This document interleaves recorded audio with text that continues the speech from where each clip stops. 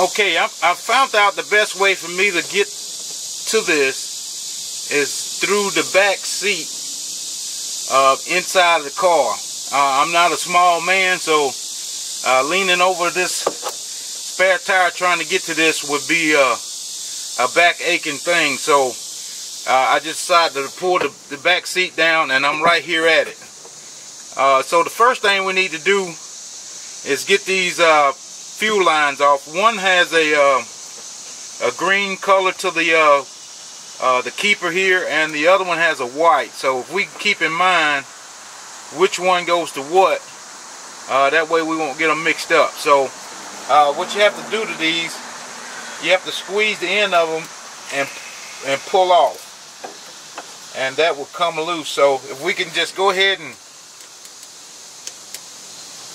try to slide this keeper off without breaking it. I guess I'll wait till when I get it off I can go ahead and get those off. But the white one the same way. You press the end of it and you pull it off. Like I said, you will have a little gas come out of it, but it didn't spray everywhere, which is a good thing. So now that we got the connections off, the bolts, it's like 1, 2, 3, 4, 5, 8, 9 bolts going around this, and they are 8mm bolts. And I just got my trusty impact here.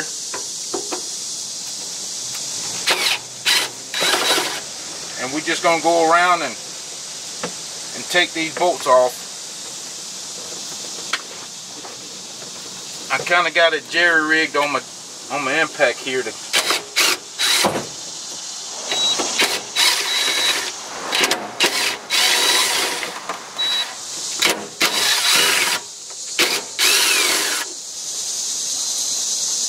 and there is a like a wire keeper, a hose keeper that's on this one side right here. So we remember where that goes just when we go put it back together.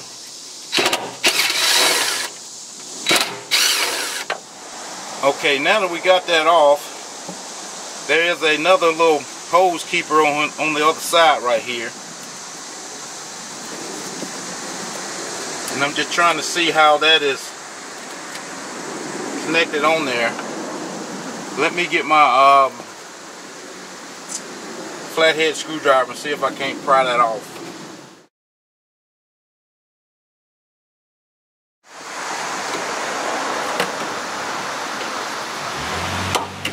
There we go. We just had to pull it over this threaded rod, and so everything's loose right now. So I'm gonna try to get this out of here without making a mess. Just trying to push everything back for one. Oh, I missed one screw right here on one side here. Hold on 1 second.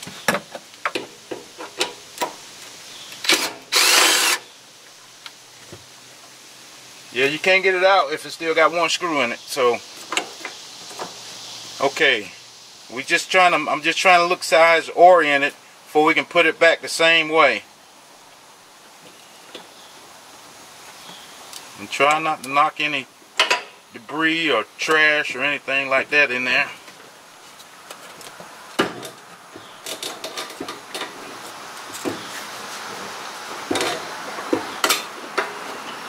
Just walking it out slowly, make sure it's not catching on anything, and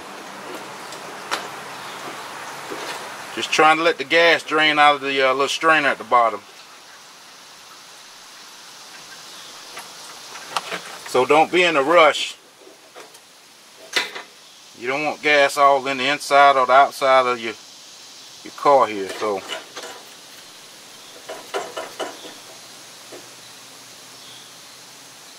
okay, I believe we got that out and everything's off. So let me get this out of here without getting gas all in my wife's car. So let's go look at the new fuel pump and just compare the parts, make sure we got the right thing. Okay, so now we got the old fuel pump out. We want to compare it to the new one. And right off the bat, I see that we gotta take the top plate off right here and put it on this one. As you can see, I guess you know, that's like the lock-in ring that a regular fuel pump would have. But looking at it, everything looks the same. We got the same connections. So let's see about getting this plate off right here. In the top here, I can see this got three little tabs on it, and I can see the tabs sticking out of the top of this plate here. So let's try to push those tabs in. Oh, these tabs are so brittle, they just breaking.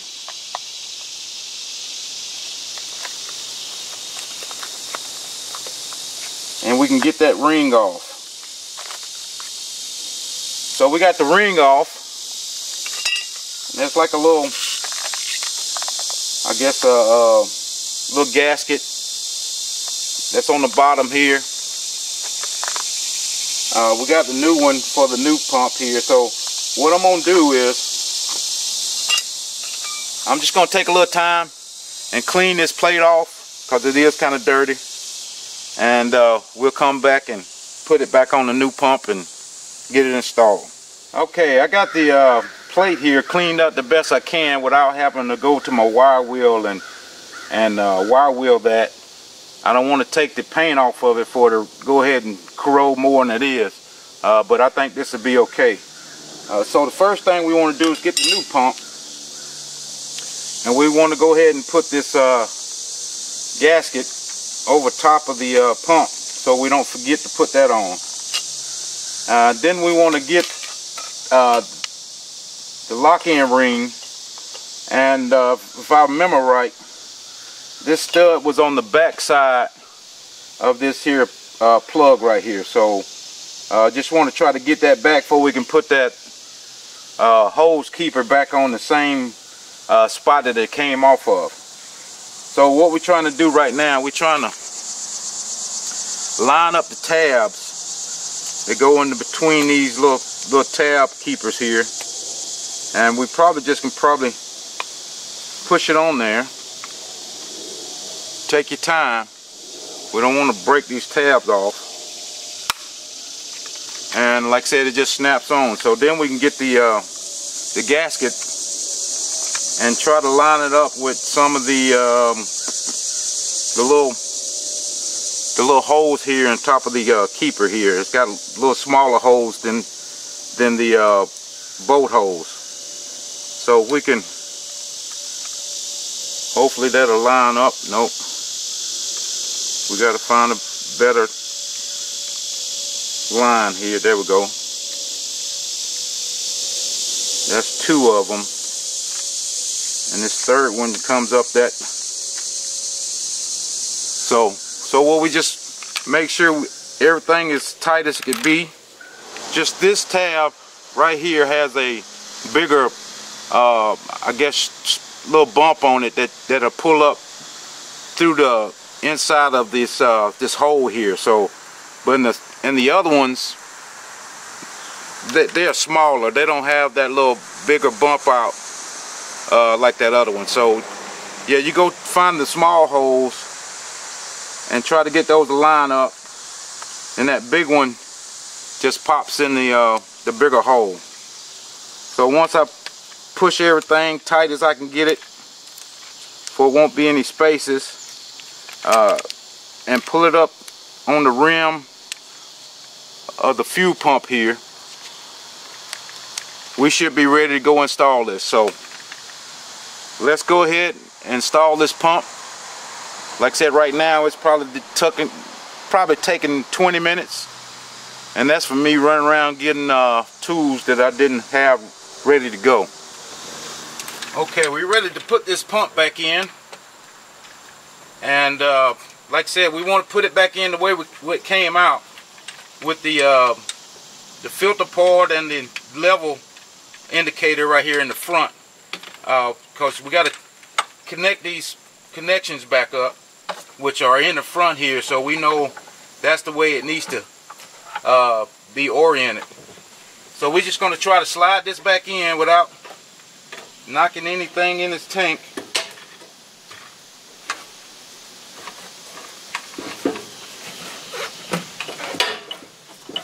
Making sure the hoses and stuff is out the way.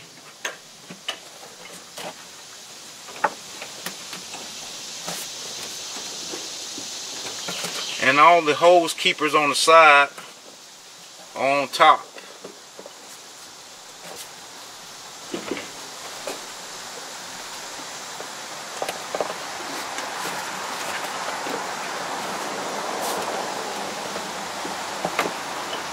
Okay, now that I got that in, I'm just making sure the bolt holes are lining up.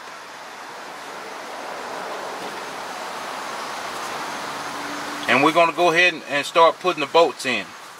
And I'm just going to use this impact just to snug them up. I'm not going to tighten it all the way with this.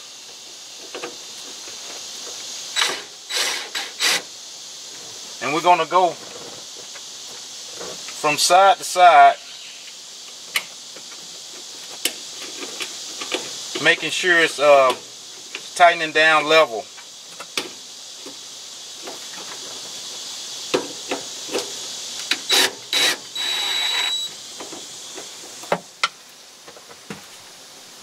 And it might be even faster if I just go ahead and start these by hand. Like I said, this job hadn't took 30 minutes yet, so this most definitely wouldn't be a job I would take to a shop. If you could do it yourself, you can save a ton of money and have it done in it, you know, within the hour's time. And remember, it's a keeper on this side right here, and it's got a washer with a bolt on it, and it just keeps this hose keeper down. So we make sure remember where that went to. And then the hose keeper in the back that we had to pry off of this this stud here, it just pops right back on, and it should be that easy for that. So we're just going to go around and like you would put on a tire, just snug up one side, then jump to the other side and snug that side up and jump back to the other side. Like I said, we just want these to go down easy.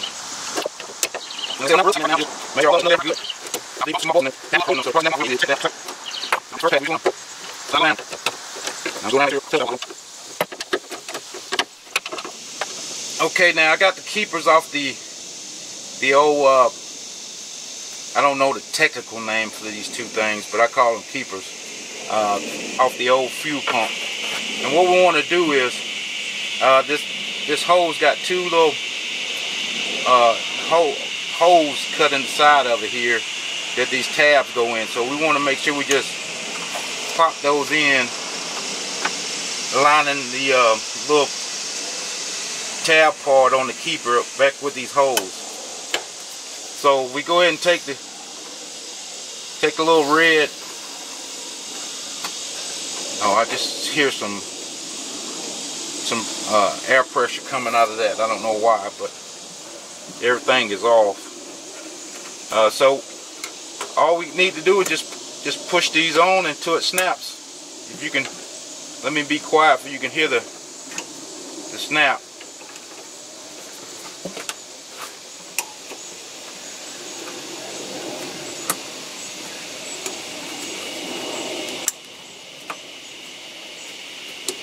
That snaps let you know you're all the way on there.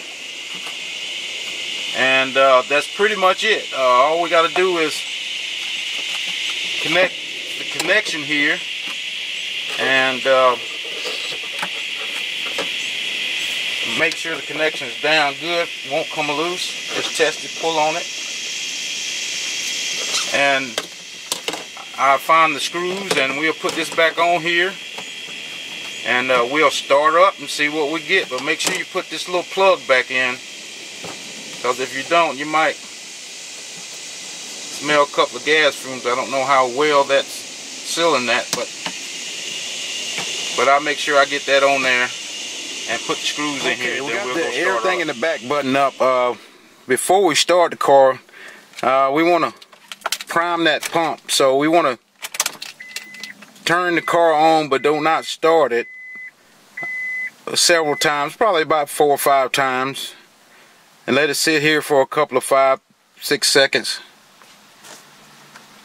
Turn it off and turn it back on. Let it sit here a little bit longer, just to get that pump to pump all that fuel back up to the engine.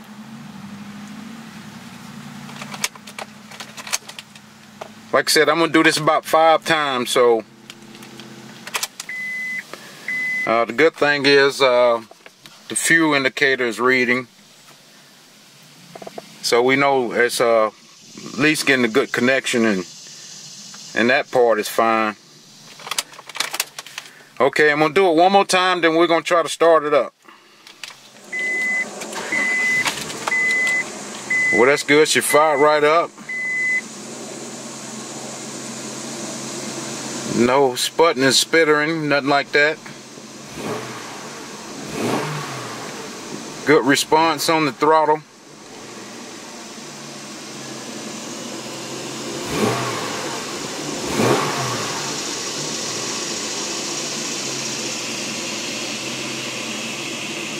Okay, we're gonna just let it sit here and run for about 10 minutes and make sure everything's still good. Check for leaks and that type thing, and we'll call it a fix. Alright guys, as we sit here and let the car just run for a minute, make sure everything's still good with it and won't do any crazy stuff before we call it done. So I just wanted to show you this fuel pump that I got. It's a Spectra Premium here, and I got this from Rock Auto. The reason I got it from Rock Auto, well, I get a lot of stuff from Rock Auto because their price is cheaper. This same fuel pump at Advance and O'Reilly's and AutoZone was like $456, I believe, but Rock Auto had it for $250, so almost half the price, and it was the exact same fuel pump. I mean, exact part number and everything. So but that's basically it, guys. I just wanted to show you what I got. Part number here is, and if you go to, I believe it was AutoZone or maybe Advance, it's the same fuel pump they sell for this car. So, well guys, we're gonna call it a fix.